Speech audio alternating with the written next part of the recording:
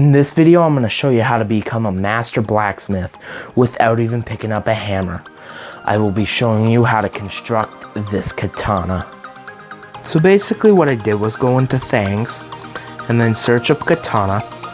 And you want to scroll all the way down here until you find this one, Katana Sword Samurai. So it takes you to this website called Free 3D. And then there's this model here. And as you can see, there is 5 swords. So, that means that we're going to have to do some modifying in Mesh Mixer. So download this model, and if you don't already have Mesh Mixer, I recommend downloading it and then watching a few tutorials, because it can be quite confusing. Okay, so you'll have to unzip the file and find the OBJ version of the katanas. So now once you open them in the Mesh Mixer, you're going to see these tiny little things. And no, these are not toothpicks, these are katanas. So we're going to have to do some cutting and scaling because as you can see, it's all one part. And we do not want to print 5 katanas, we want to print 1. So, what katana happens to be the culprit? It's to be this katana right here, the katana right in the middle. It is the actual katana where these other ones are bigger and smaller versions of certain types of katana. So, how do you separate these? Well, you just make sure that you have the model selected. You go to Edit, and then you go to Separate Shells. And then as you can see, a drop-down menu pops up with all of these pieces, because these are in multiple pieces for some reason. So, you see, now I can click on different pieces of the katanas. So, basically what you have to do now is go into this and then hide all of the pieces that don't pertain to your katana. So, you just want to hide everything except the 3rd katana. And then I'll show you the next step later. Okay, so then you should end up with something that looks a lot like this. You should have 1, 2, 3, 4, 5, 6 individual pieces. You can combine these however you need to for your certain printer. If you're sure there's some areas like the blade, you know, the blade where it's still too big for your printer, which I'm sure it will be for most people, I will show you how to make that shorter in a second. But you want to go right now and shift click all of the pieces that you want to be part of one piece. And then you want to go to Edit, unless if it automatically opens on your computer, then you want to go to this white box here and then press Combine. And then as you see, you're going to get this weird color, but if you click off of it, then it turns a darker color, and then if you click onto it, it highlights this area. So that means that these 2 pieces are one piece, and then the rest of the pieces are all still separate pieces. So combine those in as many ways as you want. But personally, I went for having the 3 pieces in the handle, this piece, and the orange piece, all in one, and then combine the 3 pieces that make up the blade, which is this piece, and this piece. So, having that, you're going to have a very long blade. So, the way to break up something like this long of a blade is by simply clicking on the blade, going to Edit. You'll be using the Edit tool a lot in Mesh Mixer, by the way. It's like the only tool that you use for 3D printing. And then you want to press Plane Cut. Now, Plane Cut's going to do exactly what it sounds like doing. It's going to cut basically on a flat plane on your print. So, this is the axis. You can move it up or down on the Z-axis by clicking the arrow thing. And if you want to draw the angle that you want it on, then you just left click and drag to get like a line like this. And then if you let go, it cuts like it. See? So then you get the cut that you want, which is basically you're going to try as good as you can for 90 degrees. This is clearly not it, but this is just a demo. And then you want to go up here to plane cut, and then the cut type, you want to put slice, keep both. That'll keep both sides of the plane. Where, say, if you were to do cut, discard half, it's gonna discard the part that looks discolored here, that you can't really see because of the bad camera quality. But it's gonna discard that part and then keep the white part. So you want to have it on sliced, keep both. And most likely you're going to want it on remeshed fill, because then it keeps the pieces flat, which makes it easier for either gluing or soldering together. Just press accept, and then it's going to make the cut. Now you're probably thinking, nothing happened. Like, what happened? It looks exactly the same. Now what you actually have to do is still be in the edit menu, and then press separate shells again. And then, as you can see, it says one new object created by the separate shells tool. And then it separated the blades. So now you got the one half and the other half. So that's basically how you would go about making a piece like this. So then you want to cut it up into sections, have the handle 3 pieces, have this half of the blade, and then have the other half of the blade as one separate piece.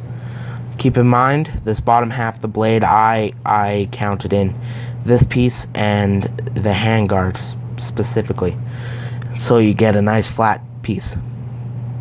So let's move on to Kira, where I'm going to show you how I printed this.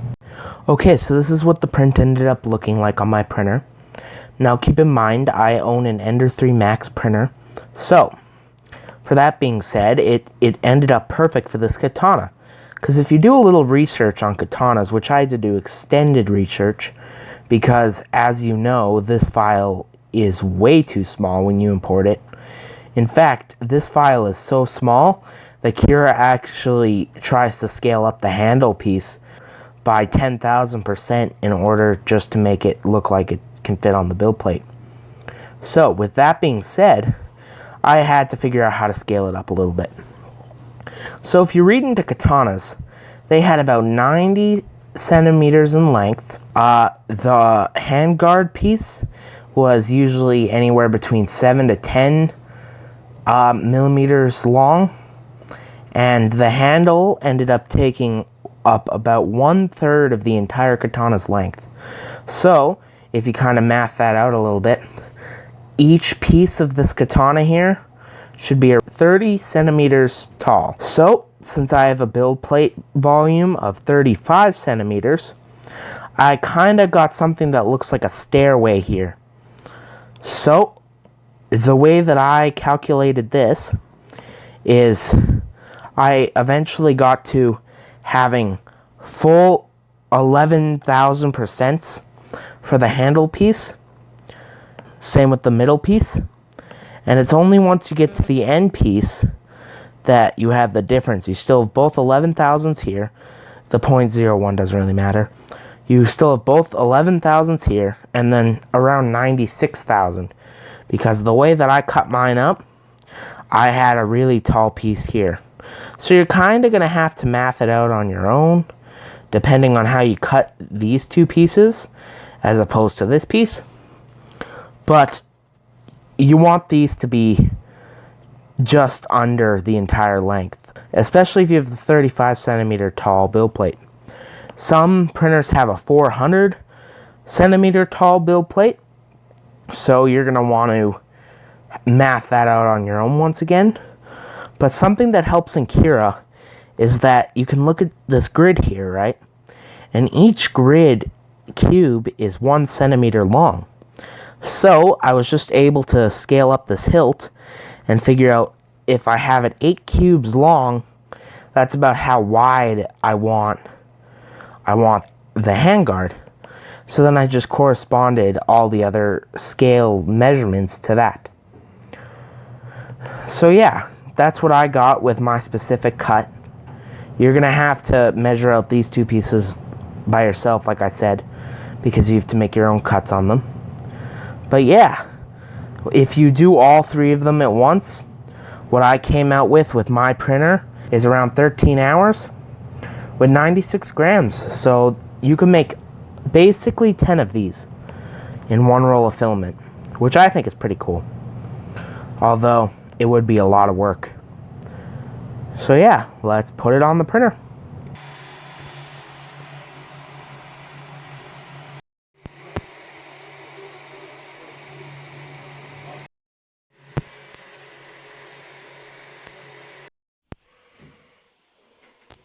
Welcome to the script portion of this video, where I will be taking you through the entire post-processing of the sword. In this part you are seeing right now, we are gluing together the two halves of the blade to make one full blade of the prop. I recommend having someone help you during this to either glue it together or look to see if you're gluing it straight. Now, as you all probably know, katanas have curves in the spine of the blade. Therefore, when gluing, our way to overcome this, other than trying to glue in mid-air, is using cards to create a variable height to have each half of the blade sit on this. It allows us to just slide the two blade pieces together.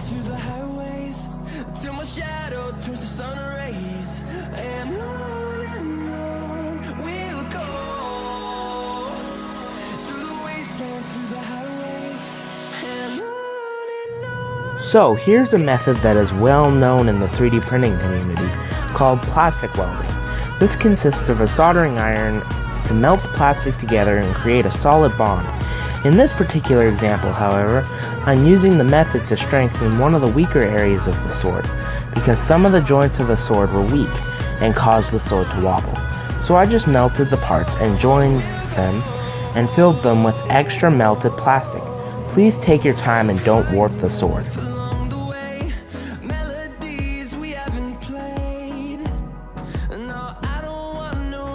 Now, on to sanding. You can use as many sandpapers as you want, but all you really need is 60 grit, 240 grit, 300 grit, 400 grit, and a 600 to 800 grit sandpaper.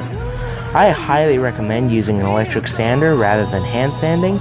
You may not care when making this little sword, but if you ever make a bigger prop or an armor piece, then you're really going to want one. Now, I believe that something as thin as this is better to add filler and sand it away, so that you don't weaken the prop. I personally use wood filler because it's cheaper and dries quick. Now just sit back and enjoy some copyright-free music.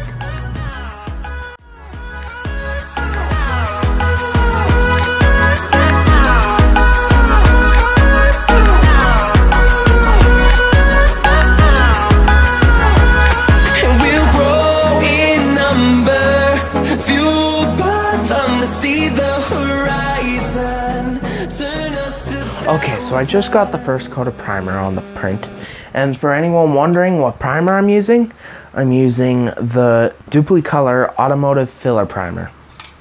Anyways, I just got the first coat on, and it's looking okay. If you ever put on a coat of primer and you realize that there's still some layer lines in the paint, especially for this prop, you want to make sure that there's no layer lines. So I highly recommend taking sandpaper and then just completely sanding the entire thing again. You want to make sure that there's 0 layer lines on this piece, because unless if you're doing someone's specific katana and you want the blade painted, you're probably going to want the blade steel colored like traditional katanas. Now, if you want it steel colored, that means that you're going to want to use metallics, and metallics will show your layer lines all the time. So you really want to get rid of any layer lines that are on your print if you're planning on using any metallics on the entire sword, because it'll just stick out like a sore thumb. So I'm going to personally sand mine again, because I can definitely see some layer lines in it, and once I have it sanded and primered to the way I like it, then I'll catch back with you and show you what paint I'm using next. Okay, so after a long time of sanding, I finally got the katana to a reasonable smoothness. So, it's time for painting. As you know, I've already done the first couple coats of filler primer. You will need to do multiple sanding and coats of filler primer. I did 3 coats, but you may need to do more for your first time sanding. And then I covered the entire katana in a Rust-Oleum black spray paint. This is the base coat to let the metallics have a better shine to them. Then for the blade, I added this Duplicolor chrome spray paint. Now, this is what the final blade color is going to be, is this Duplicolor silver spray paint. And I bet you're thinking, why wouldn't you just use this nice chrome spray paint? And while that may look nice as the blade, it's not going to have the same protective coating. Let me explain. This spray paint is meant for coating rims and chrome parts on cars to give them almost a tint. It's a coating, which means that it provides like a clear coat protection that you can't really get with this. With the chrome, if you touch it or rub it at all, it's going to smudge the color and tarnish it. Where this, it has a much smoother look to it. Then for the detailed parts, I'm going to add this Duplicolor gold spray paint. It's a really nice gold.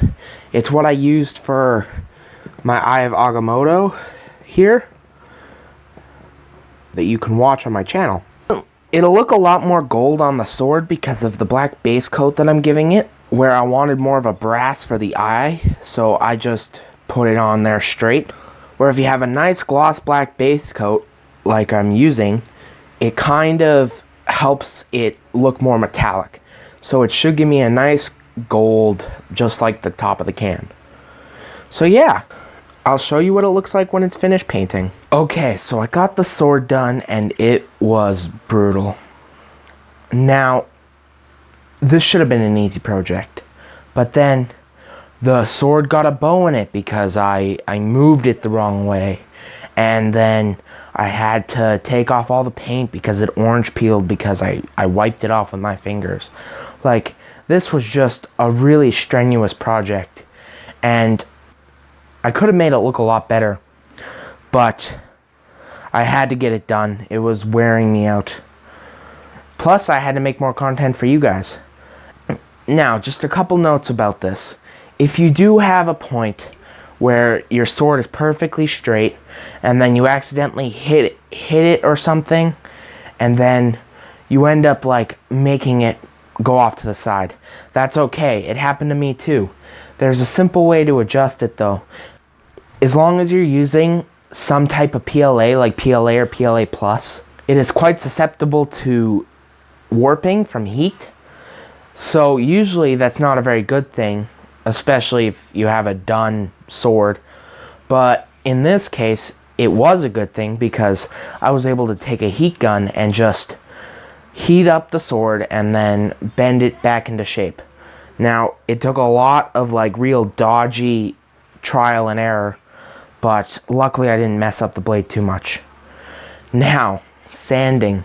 Please, I beg of you, please do your sanding properly because it's what makes all the difference when you have this many metallic parts on a prop. And gloves. From now on, I am probably going to be wearing gloves while prop making. Whether it's sanding or it's painting, I had fingerprints on the sword, and when I applied the black onto it, it orange peeled. And I had to cut off all of the paint off of the entire blade and start all over again from primer.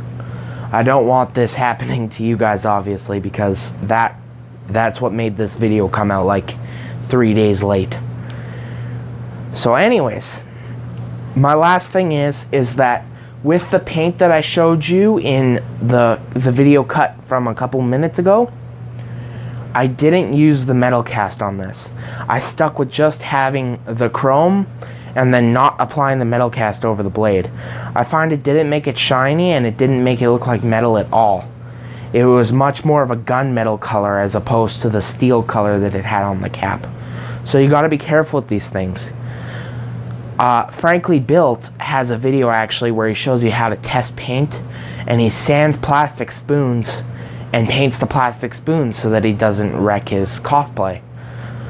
I'm definitely going to be doing that from now on. So yeah, as for the sword though, it's done. I think it looks pretty good. You are your own worst critic, so I could point you out every little like blotch, every little missing area, every little part where I missed the paint, every fingerprint. It's like, it's not that bad objectively, but subjectively I could have done a lot better. So I'm gonna try to do a lot better. Hopefully I do better next time. So anyways, that was this video. Comment down below what you want to see me make next. And until then, I'll see you guys later.